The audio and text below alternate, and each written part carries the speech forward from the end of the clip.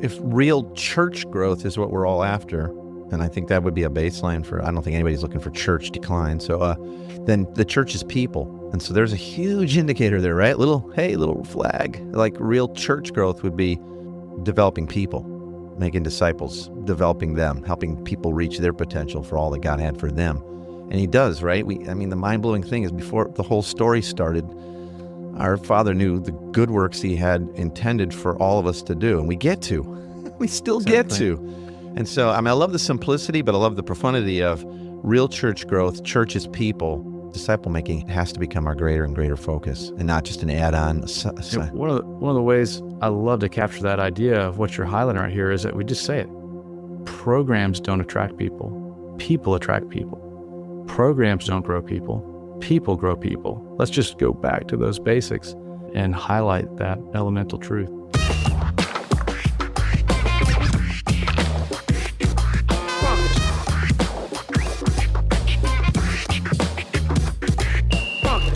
Welcome to the Everyday Disciple Podcast, where you'll learn how to live with greater intentionality and an integrated faith that naturally fits into every area of life. In other words, discipleship as a lifestyle. This is the stuff your parents, pastors, and seminary professors probably forgot to tell you. And now, here's your host, Caesar Kalinowski. Hey, listen, Heath, we have a pretty awesome guest on the show today. Will Mancini is a bit of a rock star, and he's a friend of mine who blends some pretty cool life experiences leading up to his pastoral and consulting work. That's what he does these days. Sure. He worked in engineering, so kind of a detail guy, communications as an ad agency exec, and he pastored for years before he started leading an organization that helps local churches articulate their own unique disciple-making mission and model. So not like a one-size-fits-all, but they're all about disciple-making. And we'll talk with him a little about all that, but let's get started. Yeah, Will, it's so good to have you on the show, man. Hey, it's great to be with you guys. It's been way too long since we've gotten together, and so I just like to just chat and catch up on life and your kids for the next 30 minutes. But we have a show to get to. Yeah, I don't know if the folks would all be like, "Hey, great, you guys can we see your vacation photos too, Will?"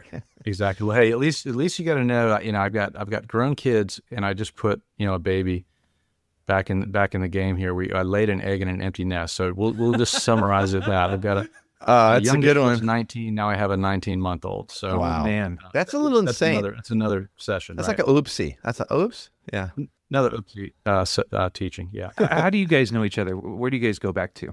I've obviously known of Will from afar and his magnificence and wisdom, but yeah, it was one of the Will. I remember first time we talked, I was like, Will, you're one of these guys who I know everybody. We know everybody the same, and you and I have never talked, and so finally we found someone to broker that. Adds up. Well, for those who don't know, Will is like a content producer. There's so much good information. We could have taken this podcast 50 billion different ways, but as Caesar and I were trying to figure out where we wanted to go with this, you'd actually gotten a blog post from him and said, man, this is something that we need to really dive in on. We're obviously we focus a lot on Life School about real life and the gospel touching all of life and making disciples in everyday life. And what is the church's real mission? So when I get this post from you, Will, and it's about real church growth, I'm like, yes, I'm opening and I'm reading and I'm all about it. And in there, right off the get-go, you start talking about the functional, like quote unquote, Great Commission of churches in North America. And man, that really grabbed me right away. Like, why don't you explain what you think the functional Great Commission is and maybe why it's not serving the church very well these days? Being in this clarity space, and you got to kind of even start by defining what do you mean by clarity. And so by articulating a functional Great Commission, what we're saying is, it's easy to head nod to biblical language or these ideas that get talked about in evangelicalism, where there's an illusion of fluency. You can talk about it, but does that really mean you're doing it? And I would say that it's pretty straightforward. If you were to just visit churches, listen to church conversation, church team meetings after church team meetings, you could, I think, make a pretty compelling case that the functional Great Commission, that is what is actually operating in our minds and hearts each week in, week out, is an idea something like this. Go into all the world and make worship attenders, baptizing them in the name of small groups and teaching them to volunteer a few times a month. Ouch. It sounds... Come on, what's wrong with that? But I think nothing wrong with that. died for something much bigger than that and want something for amen. all of us much bigger than that, right? Yeah. Yeah. You mentioned in there that you say that for all kinds of reasons, the words church and growth have become embarrassing when put side by side, right? Because the church growth movement has departed from our lips. It doesn't mean that it's actually impacting our hearts. Why don't you dive into that a little bit about what you're getting at when you mention that? Well, it's in 2007, I worked on this book entitled Church Unique, and I was looking at just how we're using our words in the church. And it's interesting how, if you were to look at church growth, I mean, it was, if you were producing a book or creating content, or if you knew anything about, church of, effectiveness, health, growth, whatever, you talked about it as church growth through the 70s, through the 80s. We could call it the popular church growth movement, in all the disciplines from management to marketing, what have you. They were all operating under the banner of church growth. It's not until the 90s that we literally see this pendulum swing, and we're almost completely apologetic from a church leadership perspective of using those two words together. So this is a pretty, old idea that in the 90s. So even on the cover, Rick Warren's, Purpose-Driven Church, he makes a comment about church health, not church growth. And, I call it the parenthesis of effectiveness, because we didn't know what to say. So we started just using effective. It was kind of the thing we went to. So, Andy Stanley's writing books about effectiveness, and I literally list, you could list 20, 30 church leadership, very popular books that all use the word effectiveness in it in the 90s. So we didn't know what to do, but we weren't, talking about growth. And then we've had, now at least 15 years, not 20 years, of this missional reorientation. And so, we may or may not have been talking about growth. So it's almost like, I want to kind of talk about real church growth. Let's get back to growth, but in the most authentic, biblical, real kind of way. But we've just not been saying church growth for a long time, because many remember the negative, impact of the quote church growth movement. It's interesting because it's still very defended, church growth, and the seeker movement and all that. And for those of us that have been old enough to live kind of through when it started, and like wherever people want to gauge where it's at today, by all measurements, it's we went from America, and I know we have listeners from all over the world, but in North America here, we went from when this thing started and the church movement started, we were maybe at 70, 75, 80% of the country would identify as Christian, and it's a pretty high percentage had some affiliation with a church or a faith community and all that. And now we're down in the 30s, probably, best guess. I'm like, how is that growth? And yet it's sort of still being defended. And that's surprising to me. And I was just wondered, were we ever measuring the right things? Because if the needle's going down and not up, and we're stoked about it, wait a minute, what was it we were measuring? One distinction I like to make is, if you look at the creation story of the ideas, Donald McGavran, he was just a great thinker, great researcher. And, here he is studying the impact of the gospel, overseas. He was in India, some places, and all he was really doing is saying, why, originally, this is way back before the popularization of it in America, but he was originally just saying, why does the gospel flow differently in some places than others? I mean, what are some of the, the secrets behind why contextualization works the way it does, and what are the principles and practices in there? So I think it's important to recognize that the creation story had a great guy trying to solve some great problems. It got very Americanized and popularized. And I would say that actually within that whole thing, there's really only one real enemy that I think it's helpful to name. And I just call it church growth idolatry. I mean, I think the problem of the church growth movement is not the content, or assumptions. Because if you go back and look at the assumptions they were dealing with, I mean, they were just wrestling through some good challenges back then. I think the real problem, I know the problem in my heart as a pastor, is the sense of, I'm not really okay with myself if there's not numerical growth, next year, year over year at this thing I'm leading. So I think what happens is, again, it goes back to that functional mission statement. I just, do I have more people in worship next month?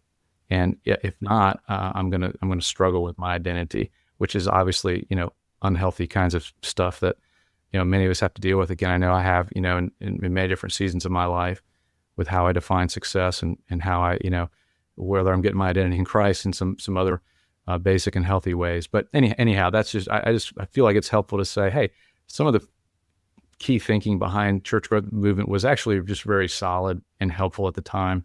But our church growth idolatry kind of gets, guys, what bites us here down the road. Well, and that's we talk about the thing behind the thing a lot on the show, and it's clearly the thing behind the thing started to shift. And I know from years of working at big churches, it's like, that's where it starts to get.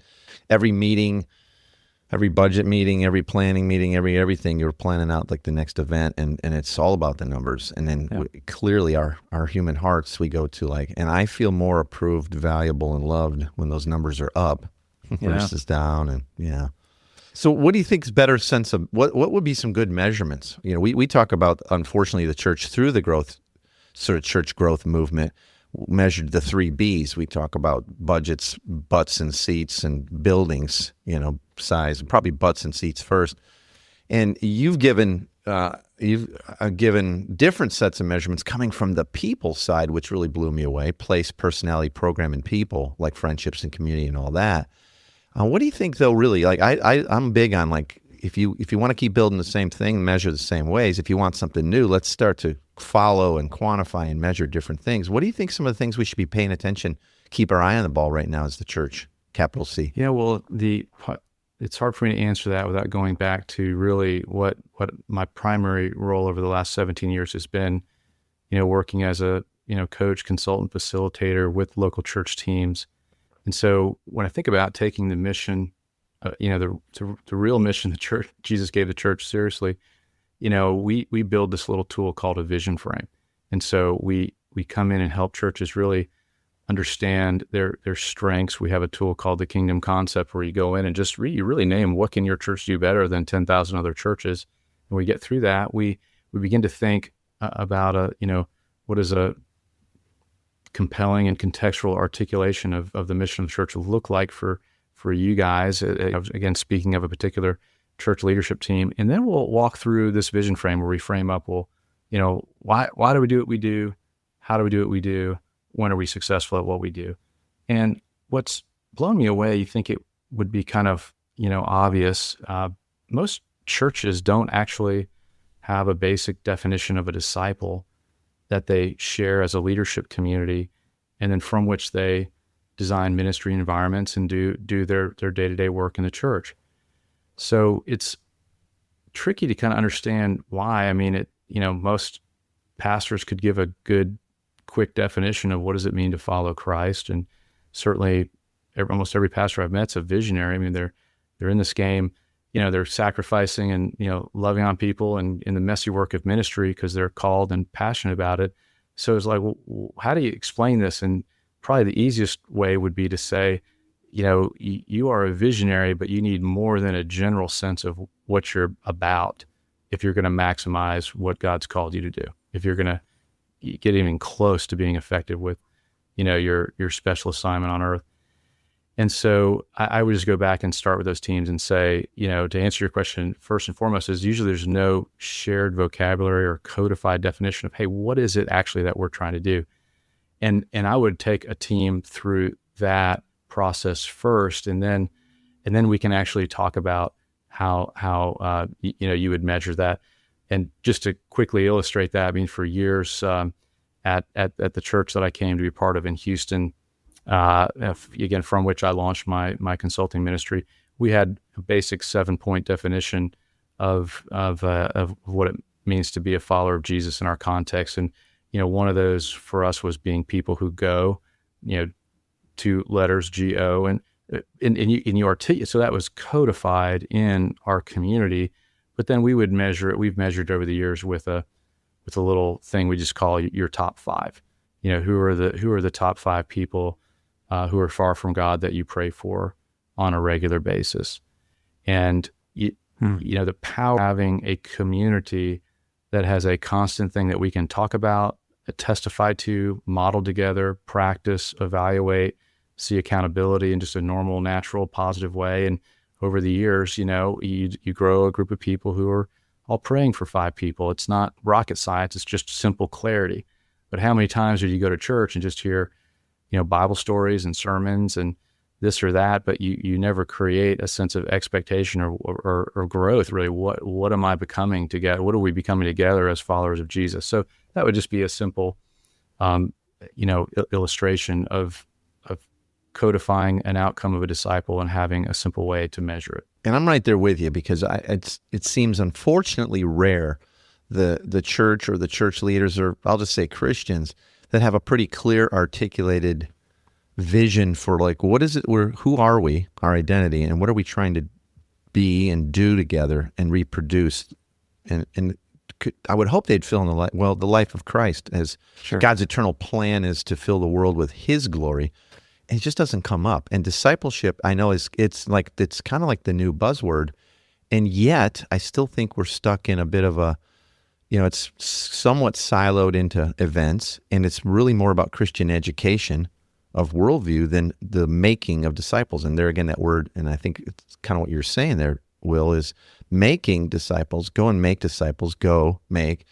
That implies process. That implies some codification of what is going on, what is being done. It's a nice way to start the conversation of, are you doing organized disciple making, or are you doing this, Christian programming approach? And it's not like Christian programming is bad in and of itself. It's just, it may not actually be the church at the end of the day when you add everything up. It may be better to be a 501c3 and just call yourself a Christian education ministry. Because, you can do a lot of stuff in the name of church and not be actually, growing disciples in an organized way.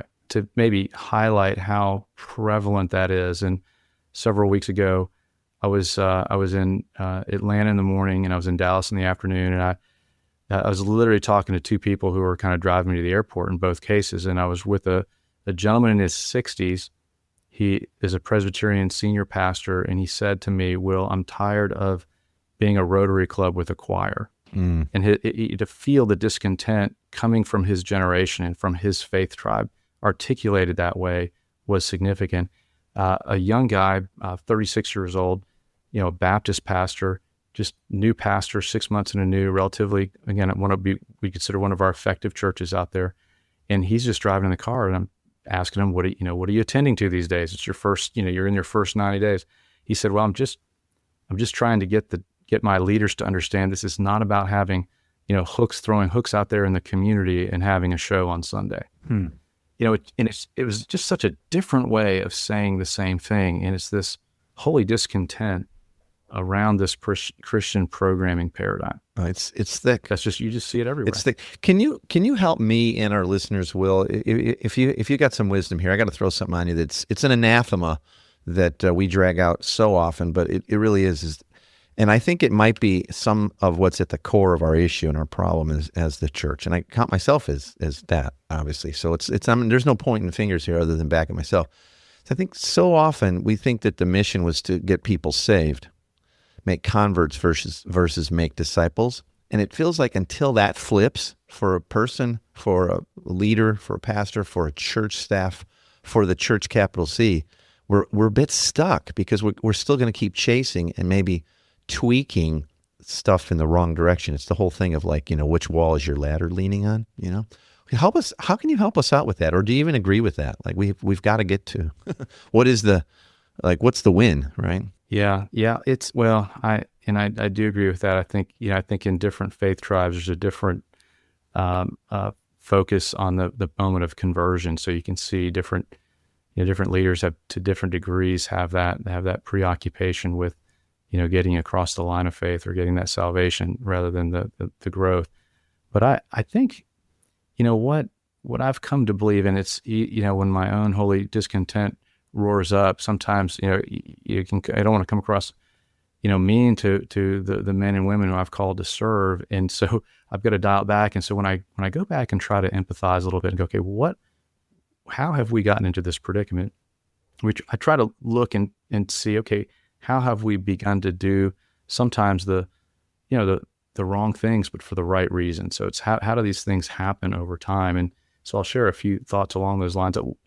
One of them, one big idea to kind of walk through when we talk about this functional Great Commission, or this idea that we chase conversions or decisions, not disciples. It's been said that we miss our goal not because of obstacles, but because of a clearer path to a lesser goal. So I think it's helpful to understand that, clarity is so attractive that once I'm on a path and once I begin to see some way that I can begin just to work within, if it's, we can call it maybe a paradigm stuckness, but it feels like what works. It's a clearer path to a lesser goal.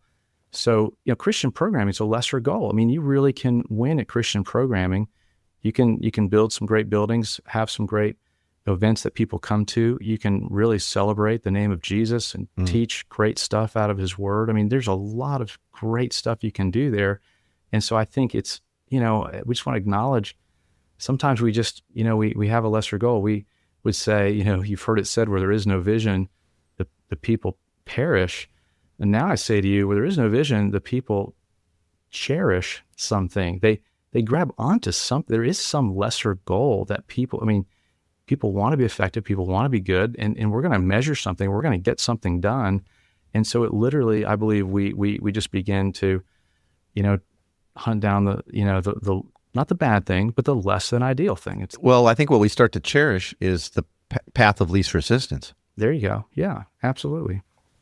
Absolutely. And it certainly helps when you can find plenty of people to celebrate with you those, lesser goals. I.e., sometime this year you'll see a top, 100 fastest, growing or largest church. You're probably not going to see anytime soon the top 100 most prayerful congregations or the top 100 most sending congregations, right? We're not going to see that. Well, let's work together to come up with how do we measure disciples being made who now know how to make disciples, right? And that probably goes back to what you said something a little bit earlier. Like, do we even have a clear definition of what a disciple is for our own organizations, our own family, our own church, whatever? Because if we don't, then how do we know if we're replicating that? Yeah, that's right. I mean, it's so fundamental to what we learn in third grade. Mrs. Huskin's English teacher, class. I literally, you got to put the story in your own words to show that you understand it, that you have comprehension. And so, you've heard me say, Caesar, before. Words create worlds.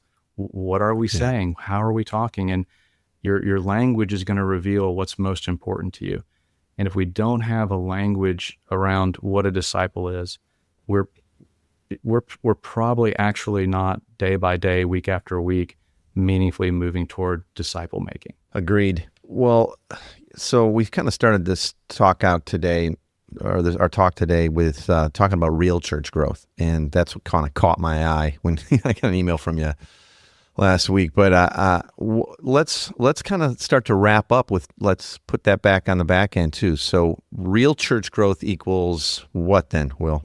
If it's not what we've kind of been looking at for the last 2 or 3 decades. And I would suggest that standing at this point, as we get, we're a year out from 2020 in terms of our calendar year, and I think we can be looking at the next 20 years of church life through this lens. I think it's going to be a helpful lens. I would say there are 3 kinds of churches. So let me approach that question with this. I think there are men and women who have given up on organized church, and they're doing beautiful things. It's just not as organized of a look and feel.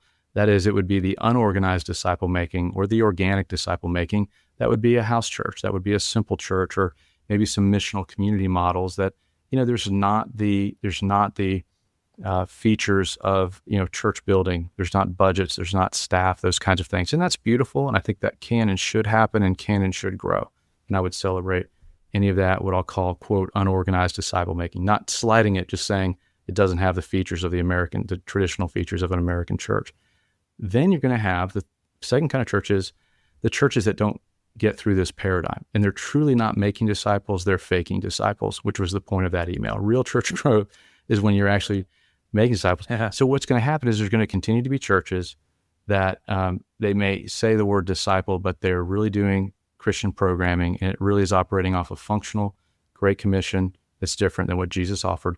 I think the middle way, I think what we're going to see the most wrestling through, and I think it's the beautiful kind of middle way here of what most churches are going to be doing in the next 20 years is trying to figure out this organized disciple making. They're not going to throw out their church buildings, stop their church budgets, stop their elders and deacons meeting, whatever that looks like. But we're just going to fight the good fight, and we're going to continue to repurpose and refound all the organizational stuff of church around the mission of Jesus, and we're just going to be, working to keep the main thing the main thing. I think in very, again, messy but glorious ways.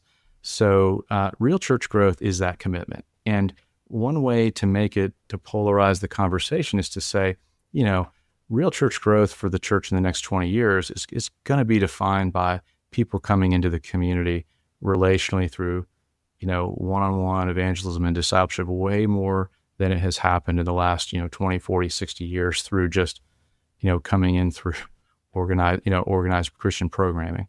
So we just want to, which is one way to think about all the ways we need to continue to shift this paradigm of organized disciple making. We got to readjust our expectations. We got to be able to, figure out how to do the both and of doing great worship services, of funding the buildings that we've made, to glorify God and accomplish what He's accomplished to do. But real church growth is using everything at your disposal in the organized church and pointing it back to doing organized disciple making again, and readjusting everything in your team's life and your emotional life to be excited about that opportunity, really. And if real church growth is what we're all after, then I think that would be a baseline for, I don't think anybody's looking for church decline. So then the church is people. And so there's a huge indicator there, right? Little flag. Like real church growth would be developing people, making disciples, developing them, helping people reach their potential for all that God had for them. And He does, right? The mind-blowing thing is, before the whole story started, our Father knew the good works He had intended for all of us to do. And we get to. We still get to. And so, I love the simplicity, but I love the profundity of real church growth. Church is people. Organized disciple making has to become our greater and greater focus, and not just an add-on. One of the ways I love to capture that idea of what you're highlighting right here is that we just say it. Programs don't attract people. People attract people. Programs don't grow people. People grow people. Let's just go back to those basics and highlight that elemental truth. I love that, Will. As we're closing up, just, I'm a bit younger than Caesar and yourself, and having that feel of having been through, when I first started in ministry, it was in the midst of the purpose-driven everything, and it got super attractional, and it just started to feel really gimmicky. And I love what you're saying, is like, these programs don't really attract people, and it feels phony after year and year of stepping up and repunting the ball, trying to believe that these programs will attract people. It's never going to be the program that does it, or it might initially, but if there's not people investment, it's not going to last long term at all. Jesus is a person. The Holy Spirit's a person. Yeah, exactly. Yeah. So, Will, as we wrap this up, tell us and our listeners here a little bit about Unique, because Unique is unique. Yeah, absolutely. Well, we've started an organization formerly Life Unique. The nickname is Unique with a YOU, so playing off of, hey, you're a one of a kind disciple saint, and reflecting on this idea of doing organized disciple making, what we believe that one of the greatest challenges that the church is trying to bring value through being a teaching center, and we believe Jesus made it to be a training center. So as I've worked with churches organizationally, I realize we need tools and pathways to work our way back to becoming a training center. Again, what does it look like to be living? And again, I know that's the heartbeat of Life School. So as we've done that, a group of people have come together to take the life work of creating breakthrough at an organizational level and apply that to creating breakthrough at an individual, personal level. So we call it gospel-centered life design, because there's an ocean of intentionality writing and books and products and events. And we're saying, hey, what does ultimate intentionality look like through the lens of Jesus and the good news? And if the gospel's at the center of your life, what does it mean to design an intentional life, to have a life plan? What does it mean to understand your vocational calling and to get the maximum punch out of that in your lifetime? So that Life Unique process takes people through a very robust journey. It's a training, it's a coached experience, and our heartbeat at Unique is to see that deliver through the local church. So we're trying to create a best practice toolbox and then certify individual church leaders, lay leaders, so that they can deliver great life planning, life design tools and processes at the front line of ministry. In a way, we're anticipating the continued trend that your most committed people are attending church less and less. That's a simple value proposition that's continuing to be downgraded in the local church and our culture. And we think great training will add value, and we want the church to grow again in culture, so to speak, through great offerings like this. So this, in a way, it's our program that has nothing to do with being a program. It's a multipliable training coach process that any church can bring to its people. Ultimately, what we're looking for is that people know their life call, that is their special assignment from God. I think everyone has one. I think it can be known and it can be named, and it can be unleashed in a powerful way in someone's life. So that's what we want to unleash through the church. All right. Well, we're going to put in the show notes how people can get a hold of you and check out Unique at a little bit of a deeper level. And I know you guys offer webinars from time to time, and also we're going to put all that information in the show notes. Hey, Will, thanks so much for the time today. I'd like to keep going. Maybe we're going to get you back on. Like we were talking maybe offline before we got started. You're a tough guy to nail down. I mean, you are the busiest man in church rock and roll, but we're going to get you back on because this is just, there's too much good stuff here to fit into an episode. But thanks so much, man. It's great having you. It's great talking to you. Love being with you. Appreciate the time to connect and look forward to next time. I love the pastoral side of it. You get some guys that are such visionaries, but he actually has been in the trenches. He's the pastoral prophet. He is. He's like calling us back, right? Probably never got in a fist fight. Like, he's just a cool dude. He's like going to write in and go like, I totally have gotten in fist. Okay, so lots to pull from this episode, Caesar, but let's get to the big three, which is the big three takeaways that we want people leaving with right now. And you get those for free by going to everydaydisciple.com/big3. Caesar, what would you say the big three are for this week? So much to pull out. I had to really think about this, but buckle up. Here they are, okay? All right. The first of the big three is, like, if nothing, don't miss this. In the next 20 years, we'll most commonly see three types of Christian church experiences. Okay. And this is how Will broke them out. He said that those types of people, Christians and churches that have given up on organized church and they're content with experiencing organic disciple making. Okay. And those folks might be part of a house church or a simple church model.